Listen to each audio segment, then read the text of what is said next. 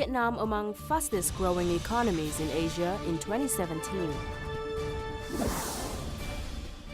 Discussion on divestment of state-owned enterprises in Vietnam.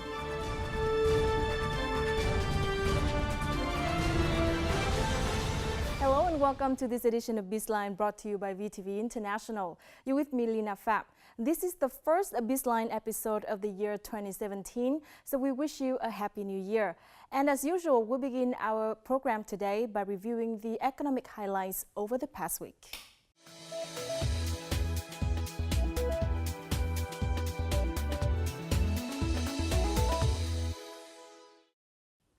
2017's first trading session of the stock market officially opened on Tuesday. Vietnam Airlines and Vinatex, the two leading state enterprises, were among the first to enter the session and listed on Upcom. Other enterprises such as Vietjet Air, PV Power, or Mobifone also joined the session. Minister of Finance at the event reiterated that the equitization of enterprises will be facilitated and the derivative stock market will come into operation in February 2017. In 2016, stock market capitalization has reached $70 billion. This is an important milestone for Vietnam's stock market. The previous year saw a rise in market capitalization from 32.4% of GDP to 40% of GDP. Economists attending a recent workshop on economic performance in 2017 agreed that Vietnam's 6.7% GDP growth rate target may be unreachable, but still believed Vietnam will be among Asia's fastest growing economies. Most experts think the GDP would grow by 6 to 6.5% in 2017. One concerning issue is that Vietnam's productivity needs to keep up with the regional average level. In 2015, Vietnam's productivity was just equal to 1/15 of Singapore, 1/5 of Malaysia, and 2/5 of Thailand. The unemployment rate in Vietnam increased in 2016. Young people account for 8% of unemployed people. In 2017, the unemployment rate is predicted to remain stable at about 1.1 million people. Specifically, laborers with college degrees will increase to 200,000 people. In Q3 of 2016, the proportion of trained workers with diplomas and certificates increased. According to labor experts, unemployed qualified workers can help boost the development of startups. The National Financial Supervisory Commission recently released a report on Vietnam's financial condition. Accordingly, Vietnam's economy is becoming increasingly dependent on foreign direct investment, while growth has slowed down. Total FDI capital in 2016 reached $24.4 billion, an increase of 7.1% as compared to 2015. Though Vietnam continued to be successful in drawing foreign direct investment, the growing share of FDI in Vietnam's GDP from 14.6% between 1991 and 1995 to 20% after 2010 has worried many economists because dependence on FDI could lead to decreased self-sufficiency. According to the State Bank of Vietnam, by the end of 2016, the Vietnamese dong had devalued 1.1 to 1.2%, and foreign currency liquidity is stable.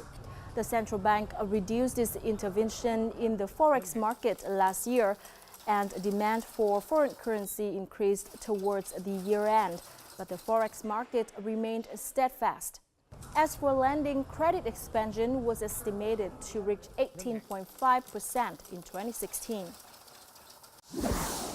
Telephones and components, garments, electronics, footwear, machinery, and equipment are among the top 10 exports in 2016 that contributed to Vietnam's total export revenue of $175.9 billion, according to the General Statistics Office.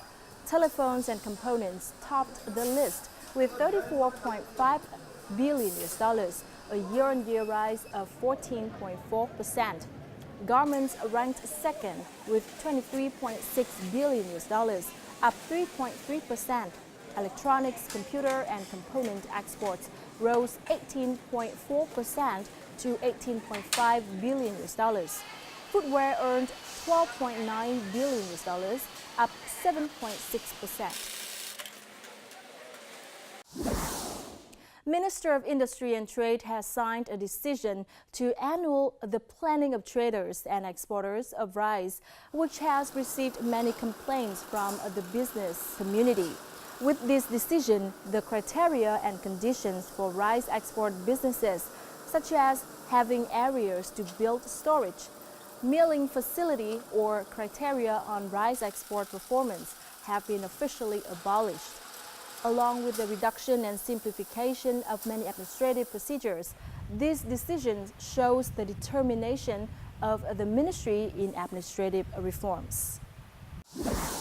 The retail sector achieved a total revenue of $118 billion in 2016, an increase of 10.2% as compared to the previous year. Analysts have identified this growth as relatively high as compared to other regional markets.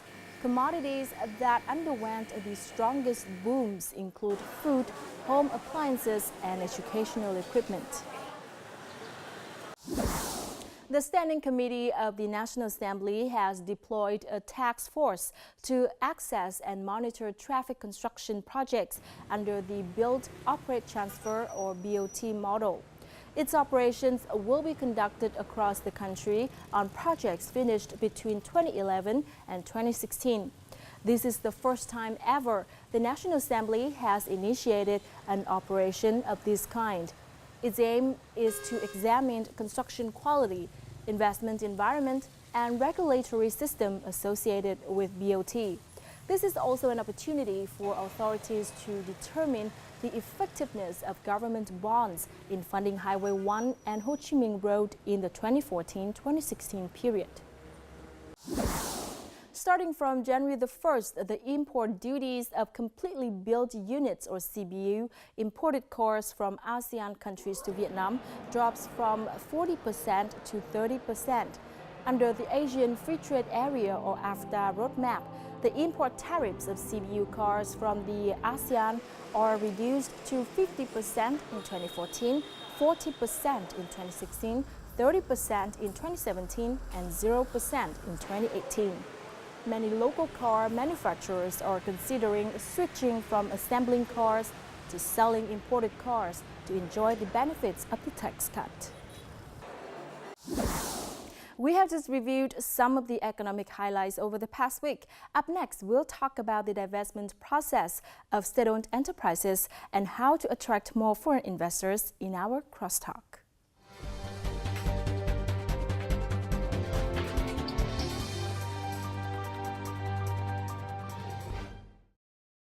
The government has requested the State Capital Investment Corporation, or SCIC, divest their holdings in Vinamilk and 9 other major state enterprises by the end of 2015 as part of the restructuring of state-owned enterprises in Vietnam.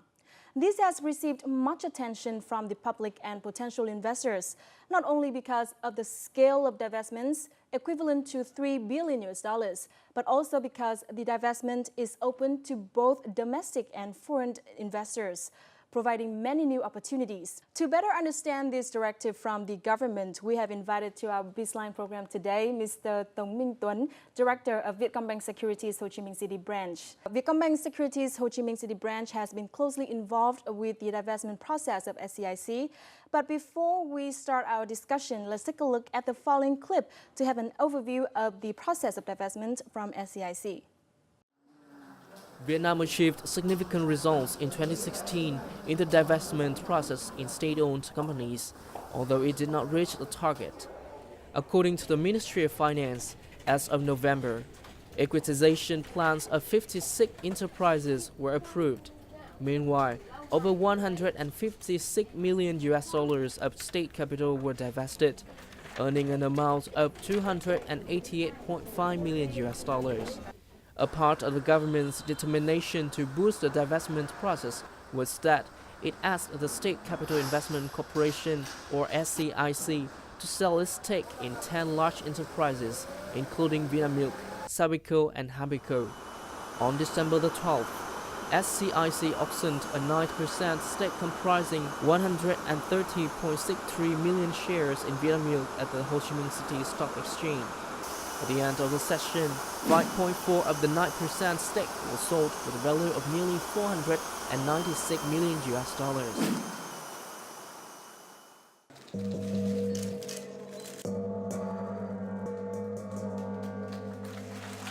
During the first week of 2017, a wave of Vietnamese giant SOEs have been listed.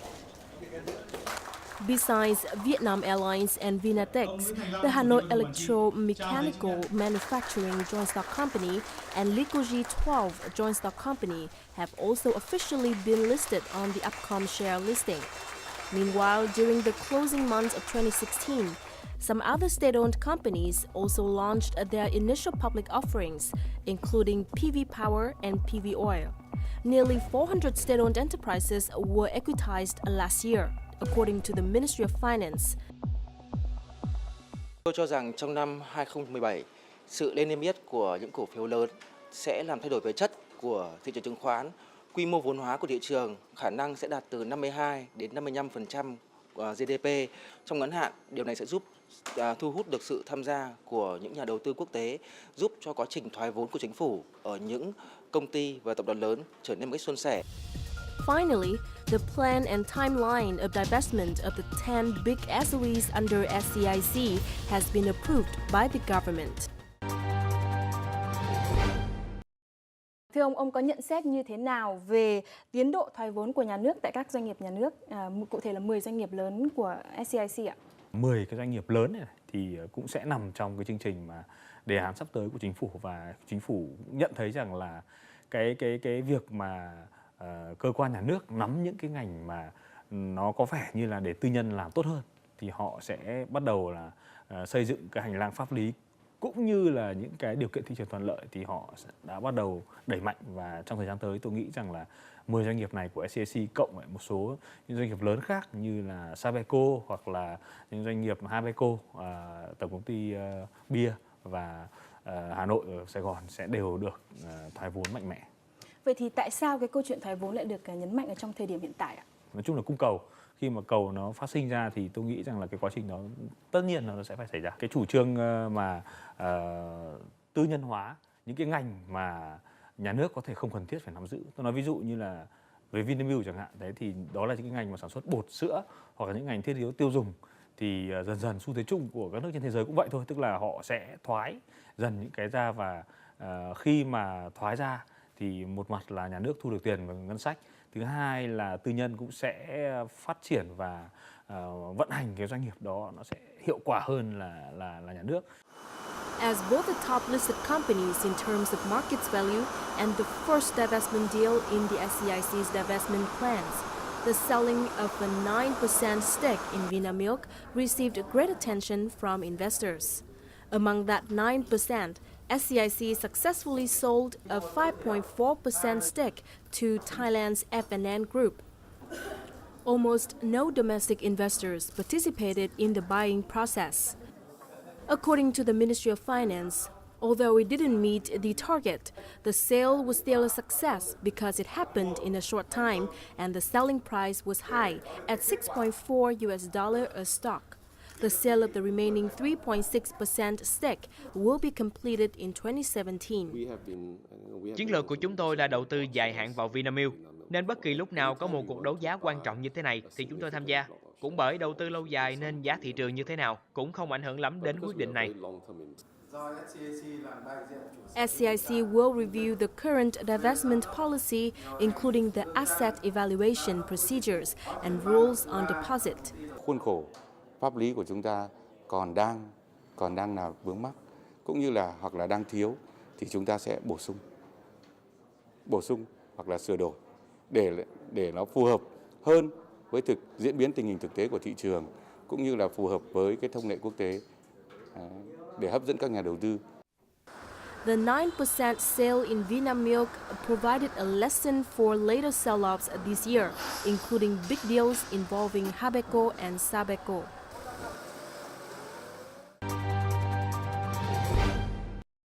Lấy ví dụ như như Vinamilk chẳng hạn thì với cả một cái số lượng tiền là 90.000 tỷ nếu mà thoái vốn ra thị trường thì liệu là nó có quá lớn để làm ảnh hưởng tới thị trường vốn, cũng như là đây có là một thương vụ dễ dàng không ạ? Thông thường thì nhà đầu tư rất là lo ngại nếu mà có nguồn cung trên thị trường ào ạt ra. Thế nhưng mà chúng ta nhớ rằng là miễn là thị trường có hàng hóa tốt thì chắc chắn bao giờ cũng có một cái lượng cầu tốt. Việt Nam thực ra là vẫn là rất là nhỏ. Đối với những cái hàng hóa phải cỡ như Vinamilk trở lên thì họ mới bắt đầu có một cái làn sóng tăng cầu và quan tâm rất mạnh mẽ ở Việt Nam. Vì vậy tôi cho rằng là không phải cứ rằng là chúng ta đưa ra một cái hàng hóa nó khối lượng bao nhiêu, size bao nhiêu, mà chủ yếu là cái hàng hóa nó có tốt hay không. Có tốt thì tự nhiên là nó sẽ có cái nguồn cầu của nó, và đồng thời nó kích thích luôn cả những cái việc mua bán hàng hóa khác nhỏ hơn, kích thích cái thị trường chứng khoán của Việt Nam và cổ phần hóa của Việt Nam nó sẽ một sôi động hơn. Thế còn câu chuyện của Habeco và Sabeco thì sao? Theo ông thì cái phương thức thoái nào thì ông nghĩ rằng là sẽ là thích hợp nhất? Thực ra với cái kinh nghiệm mà tư vấn thoái vốn của chúng tôi ấy, thì thấy rằng là đối với những doanh nghiệp mà nó không phải ở quy mô quá to và ai cũng có thể tham gia được, nhiều đối tượng nhà đầu tư tham gia được, thì tốt nhất là cái tính minh bạch và cái tính công khai, minh bạch và quảng bá nó để cho nhiều đầu tư có thể tham gia có cùng điều kiện để mà họ có thể trả giá. Đó là một cái câu chuyện mà sẽ được thu lợi, nhà nước sẽ thu lợi nhiều nhất. Nhưng mà riêng với trường hợp của ví dụ như là Vinamilk hoặc là Sabeco thì cái deal size của nó thì tôi nghĩ rằng là cái quy mô của nó rất là lớn, nó đến cỡ hàng tỷ đô. Thì vì vậy là nếu mà chúng ta thực sự ra là theo cái bình thường, quy chế mà chúng ta đấu giá bình thường, thì liệu có tốt hơn là việc chúng ta sẽ đăng ký bán cả một lô lượng lớn đó, và chúng ta tìm những nhà đầu tư mà họ nộp đơn đăng ký đó, tức là sau khi mà đấu giá công khai hoặc là đấu giá hạn chế một số nhà đầu tư tốt hơn. Qua kinh nghiệm mà tìm hiểu những nhà đầu tư nước ngoài họ mua đó, thì cái để mà họ trả một cái lượng như vậy thì không phải họ lên sàn họ mua, họ đặt giá đâu, không phải họ đấu giá họ bỏ kiểu như là rất là vu vơ, mà thực ra là họ phải có quá trình tìm hiểu, nó gọi là due diligence, rất là nghiên cứu kỹ càng. Và vì việc này ấy, thì tôi nghĩ là nó sẽ được giới hạn bởi một số nhà đầu tư mà có tiềm năng.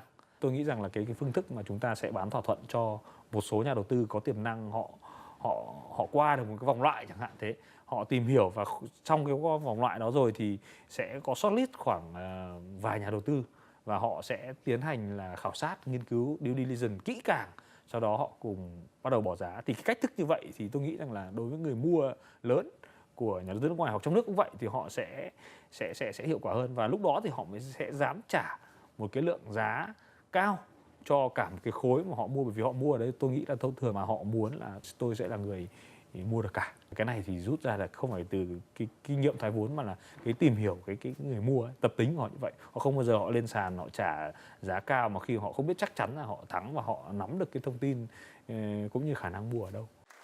Saigon Beer, Alcohol and Beverage JSC, or Sabeco, was officially listed on Ho Chi Minh City Stock Exchange under the SAB code on December the 6th, with a starting asking price of about $4.8 per share. The firm is ranked 4th in the market in terms of capitalization. It is expected that SAB will have a major influence on the VN Index in the coming time. Thời điểm hiện tại thì chúng tôi đang chuẩn bị những bước cuối cùng để gửi các công ty chào thầu các gói thầu lập phương án thoái vốn. Theo tôi cái đây là rất là quan trọng, chúng tôi sẽ công khai minh bạch ngay từ khi chọn đơn vị tư vấn, là chúng tôi sẽ mời thầu công khai. 641 million Sabeco shares have been listed on the stock exchange with capitalization of over $3 billion. However, the state stake still counts for 98%. With beer consumption of 3.4 billion liters each year, Vietnam is the third largest beer market in Asia, following Japan and China. Meanwhile, Sabeco accounts for a 45% market share and earned over $198 million in pre-tax revenues in the first 9 months of this year. Companies such as Singha, Heineken and Asahi are waiting to buy Sabeco shares once more shares become available. Theo ông thì những cái khó khăn lớn nhất trong cái việc thoái vốn các doanh nghiệp nhà nước lớn mà đang làm ăn có lãi hiện tại là gì ạ? Chọn phương án nào để mà chúng ta thu hút được cái nhà đầu tư đã. Sau đó thì chúng ta sẽ bàn đến cái vấn đề là sẽ được giá nào. Khó khăn hiện nay thì rõ ràng là cái phương án thoái nào để mà nhà nước sẽ bán được một cái lượng tương đối là lớn. Tôi nói ví dụ như là nếu mà chúng ta bán một lượng 5-10% khác thì nó khác hẳn với lại việc mà anh bán là 30% hoặc là 50%, tức là bán có cái quyền chi phối đấy. Bán có quyền chi phối thì thực ra là chúng ta sẽ trong cái kinh nghiệm của chúng tôi làm tư vấn trong thời gian vừa qua thì rõ ràng là sẽ tìm được nhiều nhà đầu tư hơn. Đối với hàng hóa nó tốt thì không sao, nhưng mà đối với những hàng hóa nó không tốt chẳng hạn thì rõ ràng là việc mà bán những cái hàng hóa đó là khó khăn. Và thứ hai là chúng ta cái khó khăn trong cái việc tìm những nhà đầu tư chiến lược. Việc mà tìm đầu tư chiến lược đầu tiên nó sẽ là cái bước tiên quyết để thành công cho cái thương vụ bán cái phần còn lại. Đấy, thì vì vậy là bán 20-30% cho nhà đầu tư chiến lược trước thì mà phải tìm được nhà đầu tư đó tốt thì tôi nghĩ là đấy là cái mà hiện nay cũng đang khó khăn. Có cái sự cân nhắc nào hoặc là ưu tiên nào giữa các nhà đầu tư nước ngoài với cả nhà đầu tư trong nước trong cái câu chuyện mua cổ phần của các cái doanh nghiệp nhà nước này không ạ? Về luật thì chúng ta thấy rằng là có những cái hạn chế nhất định đối với nhà đầu tư nước ngoài. Tôi nói ví dụ như là những cái về quy định về hạn chế room đầu tư của nhà nước nước ngoài, ví dụ như là ngân hàng thì không quá 30%, sở hữu 30% vốn điều lệ, hoặc là những công ty bình thường không quá 50%. Tất nhiên là có một số ngành đặc thù thì nhà nước cũng đã cho phép, và Ủy ban chứng khoán hiện nay và Bộ Tài chính cũng đã cho phép là nới cái room đó, và đối với từng trường hợp cụ thể một thì sẽ xét riêng. Thế vì vậy là nó cũng có một cái sự bình đẳng nhất định. Thì đối với nhà đầu tư nước ngoài thì các bạn thấy rằng là có rất nhiều những cái lợi thế của họ về nguồn vốn cũng như là về công nghệ cũng như về kinh nghiệm trong những thương vụ mua bán sát nhập. Thì hiện nay tôi nghĩ là thời điểm này là thời điểm mà tốt để một là nhà đầu tư trong nước cũng có thể cạnh tranh. Thứ hai là đối với những người bán ấy, thì người ta cũng có thêm cái nguồn mà cả trong nước ngoài nước người ta cũng sẽ bán được giá tốt hơn. Tôi nói ví dụ những thương vụ 10 thương vụ lớn ở đây của SCC là như vậy. Tức là Vinamilk chẳng hạn, thì nếu mà để mà tìm ra trong nước mà có một cái khả năng tài chính mà mua hết thì tôi nghĩ là cũng không nhiều đâu, cũng chỉ đếm trên đầu ngón tay, mà thậm chí có thể là rất là khó khăn. Các nhà đầu tư ngoại có thể hy vọng được gì, có những cái thay đổi gì không cho lần thoái vốn này của các doanh nghiệp nhà nước ạ? Họ hy vọng rằng là cái room tham gia là như thế nào, và thứ hai là cái điều kiện đối với nhà đầu tư chiến lược là như thế nào. Thì thực tế trong thời gian qua những nhà đầu tư nước ngoài khi mà tham gia những cái thương vụ lớn của Việt Nam thì tôi thấy rằng là đa phần là thành công. Tức là tôi nói ví dụ như là ngân hàng Vietcombank của chúng tôi, Mizuho, họ tham gia và họ trở thành chiến lược. Thì cái thời đó chúng tôi tư vấn thì họ vào thì bây giờ họ có khoảng 15-20% đó, thì giá cổ phiếu cũng như là bây giờ thương vụ rất là thành công. Hoặc là một số đấy là trong lĩnh vực ngân hàng. Thì đối với những doanh nghiệp lớn này thì tôi nghĩ rằng là cái sự quan tâm nó nhiều hơn, và cái lượng tiền lớn của nhà đầu tư nước ngoài thì nó mới thực sự là ăn sâu ở Việt Nam, và lúc đó chúng ta mới đánh giá hết được là như nào. Và tôi nghĩ rằng là chính phủ nên có cái mở rộng hơn nữa để chúng ta vừa học hỏi các doanh nghiệp trong nước, vừa học hỏi cũng như là cái vận hành của luồng vốn trong nước và ngoài nước nó được mở rộng ra, thì dù sao nó cũng tốt hơn cho thị trường tài chính Việt Nam. One of the challenges of equitization, the must-have step before divestment for state-owned enterprises, is that SOEs do not have much experience in how to publicize their information and commit to a specific timeline. Hầu như các doanh nghiệp nhà nước khi mà họ tham gia vào quá trình cổ phần hóa ấy, họ không có một cái nhà đầu tư tư vấn thực sự là bài bản. Họ chỉ có ví dụ như là những cái nhà tư vấn cho những cái công việc như là quá trình cổ phần hóa mà thôi, chứ không phải là những cái nhà đầu tư mà thực sự những cái nhà tư vấn mà thực sự có kinh nghiệm làm những cái thương vụ lớn ở trên thế giới và hiểu những cái nhà đầu tư quốc tế tiềm năng họ muốn cái gì. Đấy, thì cái quá trình mà cung cấp thông tin lẫn cả các cái việc mà sử dụng các cái bên tư vấn là còn đang rất là hạn chế. Besides, there is also a big gap of asset evaluation method used by Vietnamese SOEs in comparison to the global practice. Vietnamese SOEs mostly decide their values based on the market price of their assets or cash flows. Nevertheless, if based on these two factors, SOEs must have sufficient information of their cash flow and assets. They also have to present those information in accordance with international practice. However, the profile of state-owned enterprises often lack adequate information to convince investors. Đối với cả một cái doanh nghiệp nhà nước cụ thể nào đó, khi mà định cổ phần hóa thì nên có một cái lộ trình rất là rõ ràng. Ví dụ như là khi nào thì sẽ công bố thông tin. Khi mà công bố thông tin thì các nhà đầu tư được tiếp cận những cái thông tin như thế nào. Tức là cái lộ trình đó càng được minh bạch và càng được công khai. Ngoài ra là càng có các mốc thời gian cụ thể. Và quan trọng nhất ấy, là doanh nghiệp nhà nước ấy, phải bám chặt và đảm bảo là mình đạt được các cái mốc thời gian như vậy. Vậy thì có những cái kịch bản nào cho hậu thoái vốn của các doanh nghiệp nhà nước? Nếu mà những cái doanh nghiệp nhà nước lớn mà thoái thì hậu nhà nước thì tôi thiên về cái kịch bản nó tương đối tích cực, tức là một cái luồng vốn mới, kể cả trong nước nước ngoài. Nhưng mà rõ ràng thời gian này thì tôi thấy là cái lượng vốn mà chứng khoán ở trong nước ấy nó đã tập trung dồn lại để mà nó tập trung chuẩn bị cho một cái thoái vốn này và họ có thể mua. Thế nhưng mà cái lượng tiền ngay cả nước ngoài thôi họ cũng rậm rạp, họ tìm những cái nhà tư vấn có thể môi giới cho họ, có thể giới thiệu họ với những cái cơ quan chức năng mà để họ đặt vấn đề, họ mua. Đấy là những cái động thái mà tôi thấy rằng là nó rất là active, nó rất là sôi động trên thị trường, mà thậm chí là trên thị trường chứng khoán, trên bảng giá điện tử chúng ta không thấy đâu.